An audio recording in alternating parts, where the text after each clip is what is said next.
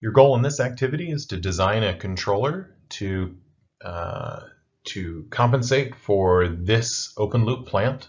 And our goal here is to achieve a phase margin greater than 50 degrees and a closed loop bandwidth that's greater than 20 radians per second.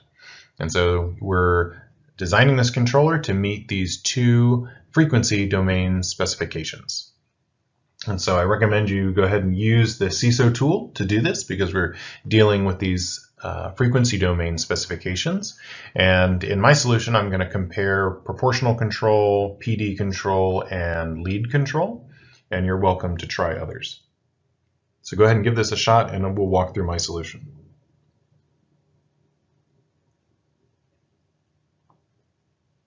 Okay, so the first step that we're going to do is we're going to make the connection between closed loop bandwidth and the crossover frequency. And so in order to enforce this frequency domain specification, we're going to try to enforce the corresponding frequency domain specification on the crossover frequency. So this is the frequency at which the magnitude of the open loop Bode plot crosses the 0 dB line. And we're going to make sure that's bigger than 20 radians per second, which will then tell us that the actual closed loop bandwidth on the closed loop magnitude Bode plot crosses minus 3 dB at greater than 20 radians per second. The phase margin is something that we'll be able to read directly off our CISO tool. So let's go ahead and get into the CISO tool and take a look at proportional control, PD control, and lead control. All right, so we're going to use the CISO tool to help us to guide us through our controller design for this activity. So we're interested in design for this open loop plant that will achieve a phase margin greater than 50 and a closed loop bandwidth greater than 20 radians per second. So just go ahead and get this set up, and when I hit enter, this brings me into my, my CISO tool here.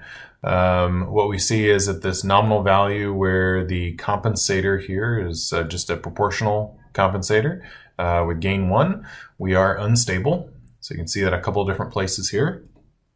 So that's already kind of definitely in a bad direction. So what we'd like to see is whether or not proportional control can achieve what we want. So I think in this case, instead of moving these pink dots, I'm going to use the Bode plot, and I'm going to try to push us to the point where I can get a phase margin that's about 50. So I keep pulling this down until I get about right here. So that corresponds to a value of about 0.07. And so what we're seeing here is that I'm able to get a phase margin of 50 degrees. The closed loop bandwidth, which is going to be the location where this crossover point happens, though, is read off here, and that's at 6.3. So that's a lot smaller than what we wanted. We wanted this to be greater than 20 radians per second. So right now the system is responding relatively slowly. And so what we'd like to do is push that to be bigger. So what ends up happening is, though, once I get to the point where this is at 20 radians per second, right about there, now we're very, very close to being unstable, and our phase margin is now at 5.2. So proportional control is not doing a good job here. So what we're going to do is going to edit our compensator. And so our first stop will be to try out a PD controller. So I'm going to add a real 0. And so that 0 is currently located at 1. And so if I take a look at this, already gives us a lot of flexibility. So what we're noticing right off the bat, looking here, is that our gain margin is infinite. And so that means that our phase never hits minus 180. So it asymptotically approaches minus 180, but never hits it. So that means that this is stable all the time. And so for all values of k. And so we can actually see that in the root locus editor over here. So that automatically is a good thing. So we'd like to see if we can achieve a phase margin of 50. So I can grab this, and let's just try changing the gain here. And so I can once I hit 50 right here, there we go, that's pretty close. Once I hit 50 phase margin, I have a crossover frequency of 57, and so that's already bigger than what I wanted, so this achieves our design criteria. So right now we only have 2 design criteria, so we don't have anything else to go on, but again, we could have other design criteria that could be added in a real problem, or we could have some comfort criteria that would be good to have, but not necessarily need to have. So that's us achieving the phase margin exactly. That corresponds to a gain value in the CISO tool of about 0.088. If I wanted to try and hit that, the crossover frequency exactly, criterion exactly, I could move this down to about 20. Right about there. And so now the crossover frequency is at 20, so that's happening right about there. And so now I have a much larger phase margin than I need. So this is both showing I can either achieve one or the other exactly, and the other one will be a little bit more lax. We could consider moving this around. So I could try moving around my point here. So I could try to see if I could manipulate this a little bit more. We could continue playing with this to try to get this more exactly. So, but we have quite a bit of room, wiggle room here to play around with. So you can continue to play with this to see if you get those specifications to match a little bit more exactly. But there are a lot of design criteria or design choices that lead to achieving our time domain, or in this case, frequency domain criteria. So now, just for comparison, what I'll do is I'll go ahead and delete this, and I'm going to add a lead compensator here. And so I could take a look at what this does for us. So we can observe that we can already do a pretty good job. Let's see if we can meet our design criteria. So that's already at about 20. So that crossover frequency is about 20. Here our phase margin is a little bit small. So this is at about 30, and I'd like it to be at 50. So that's not quite meeting it. If I were to move this around, I can get that up to 50. But that now makes my frequency a little bit too small. So one thing I can do is I can go ahead and grab this pole and I can start shifting it out. And so right now I'm getting it to the point where now I can achieve these a little bit more exactly.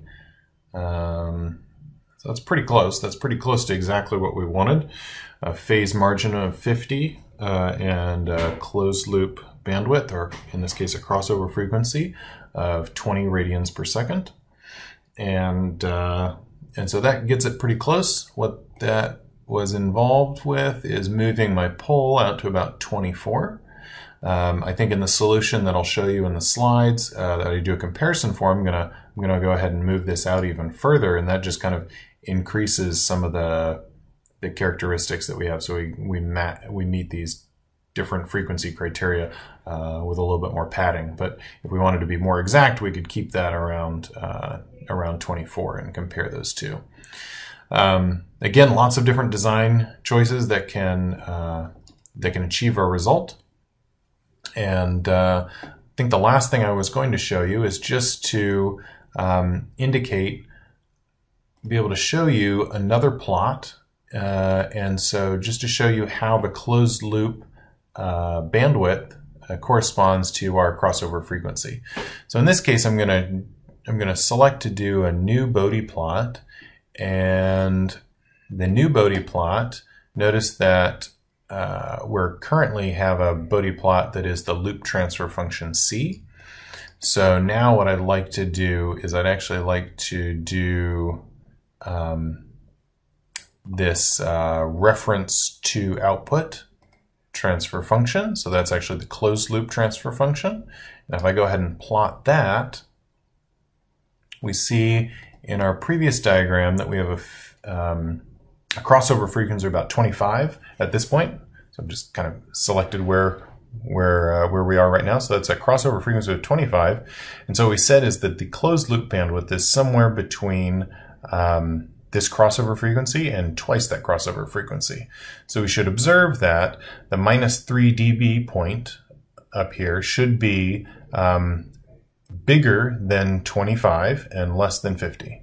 And so what we're seeing here is that, so this is at about -3.53. I could probably get that a little closer.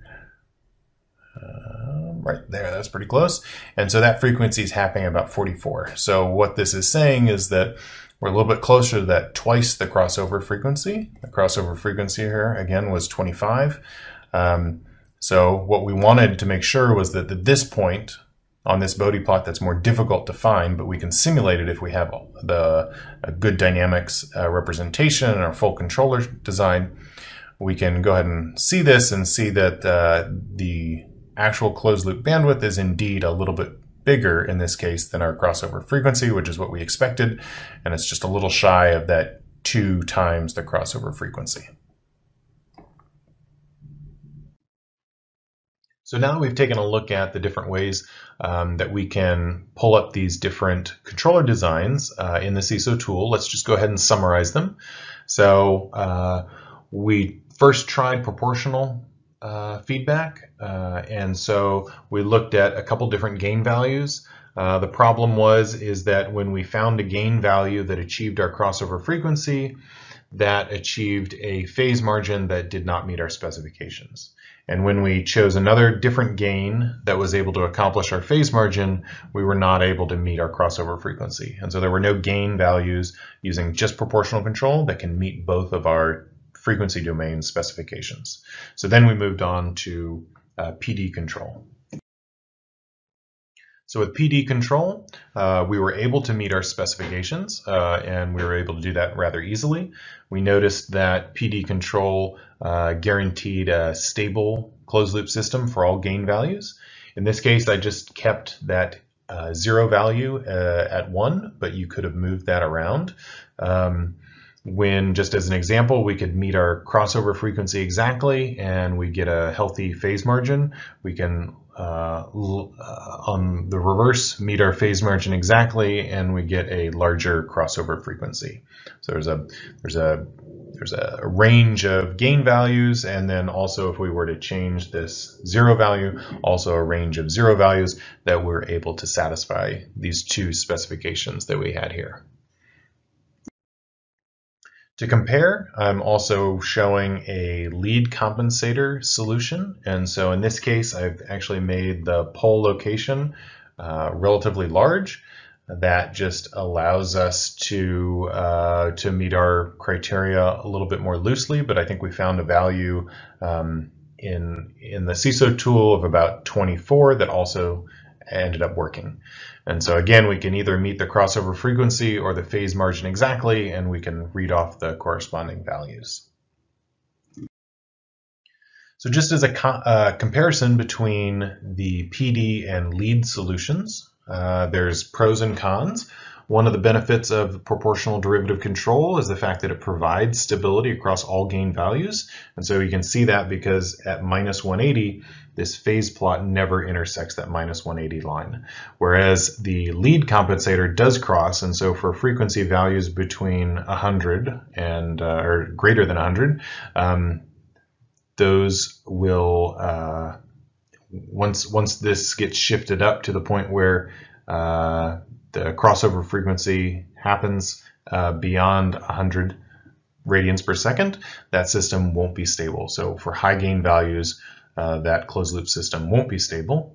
One of the benefits, though, that lead provides is the fact that we look at high frequencies, and so that could be anywhere starting maybe from about 100 or anything else, and we see that there's actually a pretty sizable gap between these 2 magnitude plots. And the approximately about 50 dB that falls between these 2 points indicates that the PD results in 312 smaller magnitude than the proportional derivative. So if we had noise that was very active out in these frequencies, the lead compensator squashes that quite a bit better than the PD control. So these are just two different options. Both achieve our frequency domain specifications that we set out here. In practice, we would either have more specifications or we'd have some other comfort criteria that would help us to narrow this down into our desired solution.